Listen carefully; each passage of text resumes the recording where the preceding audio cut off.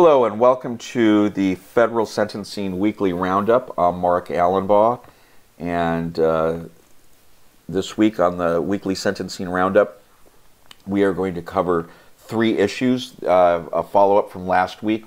Last week we discussed Manafort's indictment, his likely guidelines calculation, and went over some statistics regarding his sentence. Today we're going to discuss what he can expect for cooperating. Then we're going to discuss Saipov. He's the New York terrorist that killed 8 individuals this week with a vehicle. And then finally, we're going to wrap up with a short op-ed regarding Bowe Bergdahl's sentence to time served yesterday. So first, again, just going back to Manafort, his indictment was released last Monday. I went through that and did some guidelines calculations. I calculated his offense level to be 39, criminal history 1, and his sentencing range to be 262 to 327 months. We found 91 cases that were identical to having an offense level 39, criminal history 1, and pleading guilty, sentenced under 2B 1.1. So out of those 91 identical cases, we determined that the average sentence was 166 months, and the median sentence is 180 months. That's still significant, especially for a man of his age, which I believe he's in his late 60s. So even at 166 months, he's looking at a de facto life sentence, most likely, or very close to it. So there's a lot of incentive here. The government has a lot of leverage to, if you will, squeeze out of him additional information. So let's go ahead and look at what are called downward departures for cooperation. Under the sentencing guidelines in a section called 5K 1.1, the government can move the court, and only the government can do this. The court cannot on its own depart below the guidelines for a defendant's cooperation with the government. The government must move for it. So once the government does move, or how frequently does the government move, I should say, for cooperation deals to get downward departures for cooperation. And what this chart shows is that there has been a modest uptick over the last 11 fiscal years in the frequency of the government moving for downward departures. And last year, the majority of the time, and this, by the way, this is for cases across all cases sentenced under 2S 1.1, which will be Manafort's sentencing guideline. But in all criminal histories, all offense levels, the only filter here is that individuals who have pled. Generally, people who go to trial are not cooperating with the government, so the government doesn't move for any type of downward departure for cooperation. So the good thing for him, for Manafort, is the government does more often than not, literally more often than not, move for downward departures for cooperation. And when they do, judges are going below that 262 months, or below whatever the applicable guideline range is, the bottom of that range, on average 65 months. Now, that's really not a lot for Manafort if the bottom of his guideline range is 262 months. And so, again, just to remind you, this is looking at everybody across the board, whether they're offense level 39 or offense level 13, criminal history 1 or criminal history 4 or 6. So it's everybody all clumped in there. So what we can do with SentencingStats.com is we can drill down. And what I've done here is I've drilled down to that, just looking at those 91 cases now, the ones that were sentenced under 2S 1.1, offense level 39, criminal history 1, who pleaded guilty. So in that universe, we see that the average downward departure jumps from just, what was it here, 65 months, and nearly doubles to 119 months, or almost 10 years below the guidelines. That now is going to be meaningful for Manafort and for his attorneys when negotiating a cooperation deal.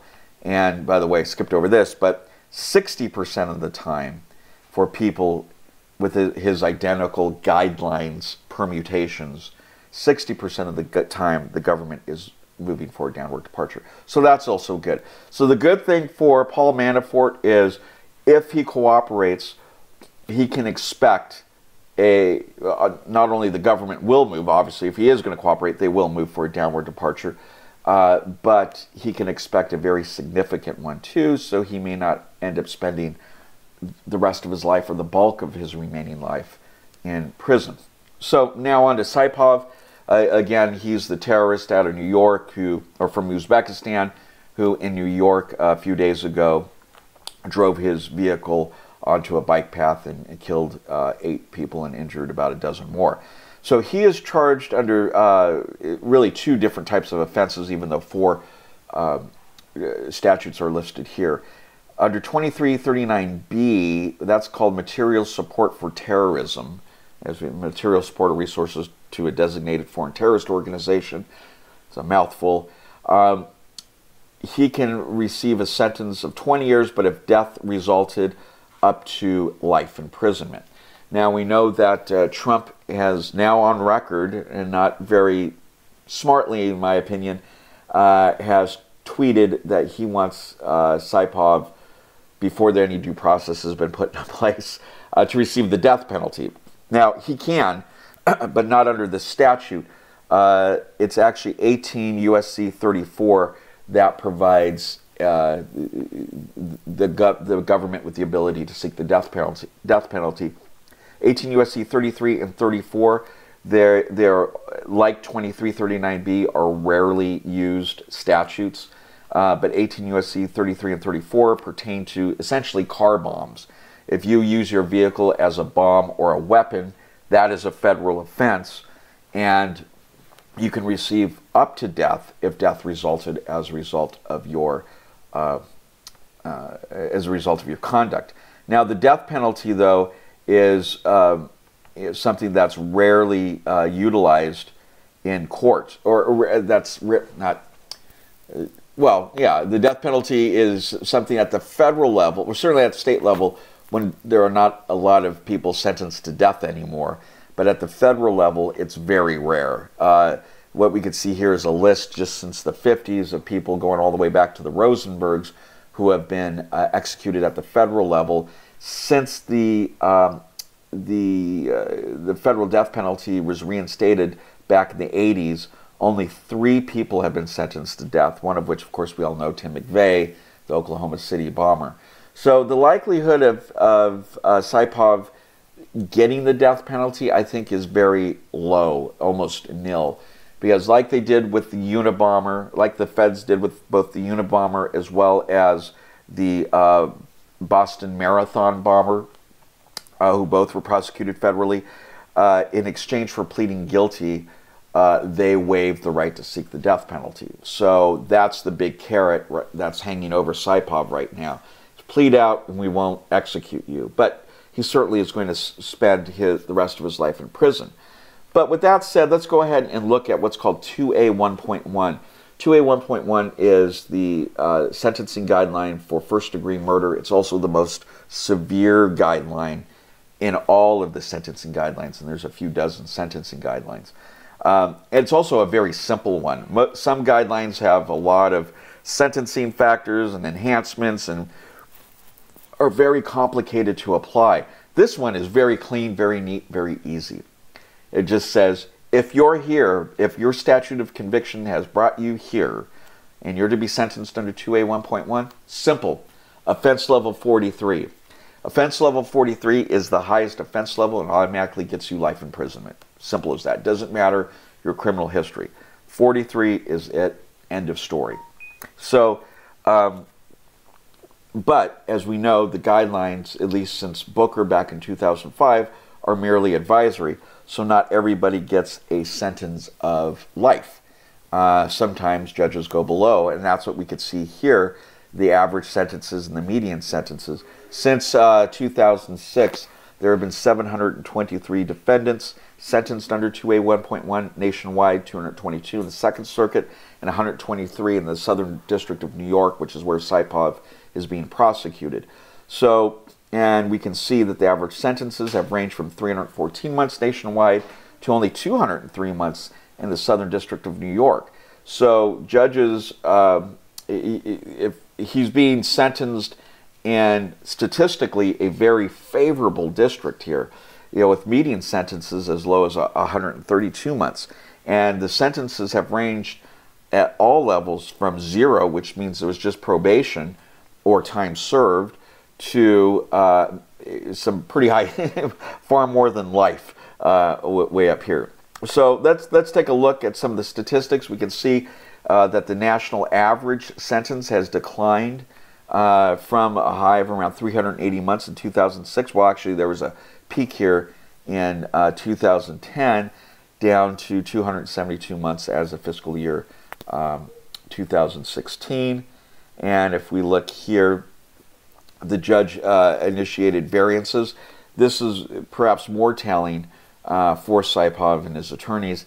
Judges have never really been varying downward using their own discretion to sentence below life in 2A 1.1 cases. Anywhere from 10% here to about 18% here. But there's been a downward trend since 2013. As of last year, it was only about 3.75%. So they're not going down. They're rarely going below the guidelines, below life. And when they do, they're not going much, 41 months. So with that said, given the high profile of the case, given Trump's intrusion into it already, I highly doubt that a judge in this case, and given some of the facts that we know already, that he has pledged allegiance to ISIS, there's a lot of aggravating factors here, that he basically has a record of communicating with ISIS and planned this out for quite some time. I don't see any judge, even in the Southern District of New York, varying downward. I don't see much mitigation here. That's as of now. Obviously, that's going to change as the case is prosecuted. But statistically, there's not a lot of hope for a less-than-life sentence for Saipov. So now let's finally turn over to Mr. Bergdahl here. Mr.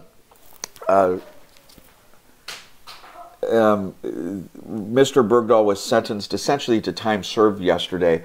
What we need to assess is what type of sentence would be appropriate for him at the federal level. Even though he was not sentenced federally, he was not sentenced under the federal system, he was sentenced under a military courts-martial.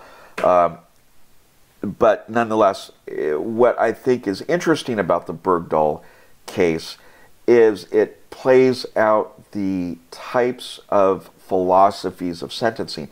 Traditionally, there are 4 big philosophies of sentencing that judges are to consider. And by the way, these are enshrined by statute, at least in the federal statute, 18 U.S.C. 3553, does articulate these 4 different philosophies.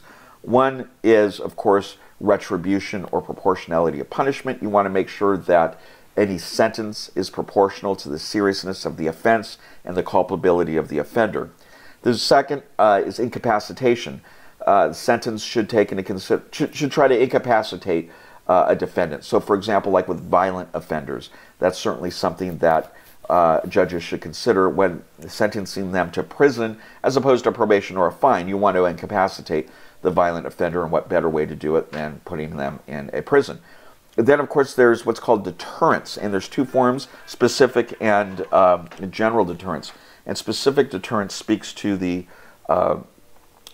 actual defendant, whereas general deterrence speaks to the population at large. And then finally, there's rehabilitation, taking to consider how to formulate a sentence to rehabilitate an offender. And you see that a lot more in offenses involving drugs, where there may be drug abuse may be an issue, or defendants that may have a mental health suffering from a mental health disorders, things along that nature.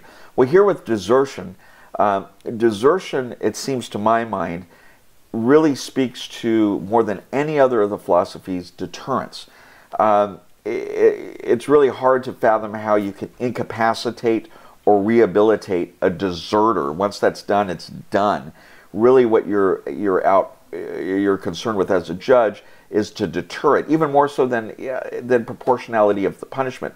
Although here's how proportionality may be taken into consideration. Before the 70s, we had a draft, essentially. essentially we had a draft. So our military was completely, well, not completely, but by and large, if you were drafted into the military, it was involuntary servitude, if you will. So some folks went into the military, didn't want to be there. I mean, we really saw that in Vietnam. So desertion would have been more of a problem in an involuntary in armed forces. So you would want any deserter to face a rather severe punishment to not only deter him from deserting in the future, if that was even possible, but more importantly to deter others. So it's really not just specific deterrence, it's really general deterrence. That would be the focus of you imposing a particular sentence. And as a matter of fact, back in World War II, there was a deserter who was actually executed. And that obviously sends a message to other people: don't desert, because you may end up dead as a result. We may end up executing you if you do, especially during wartime.